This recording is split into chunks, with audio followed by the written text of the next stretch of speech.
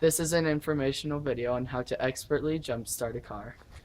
So we start with popping the hood of the car with a dead battery.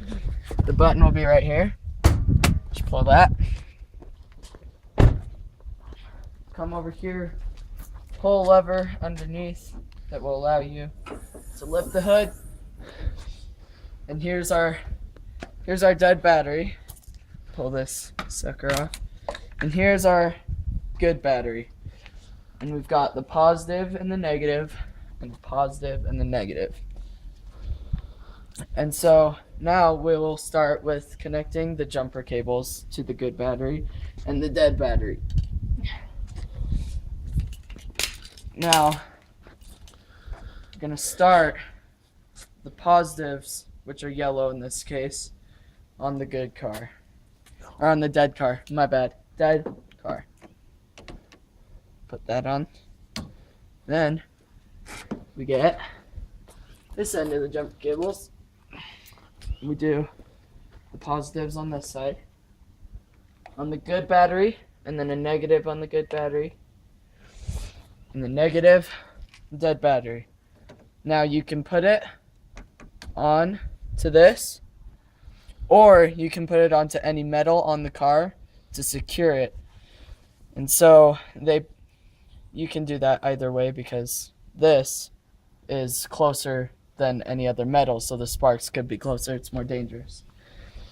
But this is how you connect it, and you'd start the good car for about 30, well, you'd start it for a few minutes, rev the car for 30 to 60 seconds to get some juice in there, and then you try starting this car. And once this car is started and it's working again, you take the jumper cables off. So you start the negative on this car, on the once dead car, and then you start over here with the negative, the positive, and then back to the positive on this car. And that is how you expertly jumpstart a car. For a little more detail on the positives and the negatives, and a little more detail also on when you're using jumper cables on the car, the potential hazards. When you're hooking it up, make sure you do not cross them so that the positive is on a negative and negative is on a positive. Also, when it's hooked onto a good battery, make sure you don't touch the other ends together, otherwise you'll create a spark, which could also blind somebody if they're not wearing the right protective gear. It could cause burning problems, or to the battery itself, it could cause hydrogen problems, or maybe even an explosion with gasoline.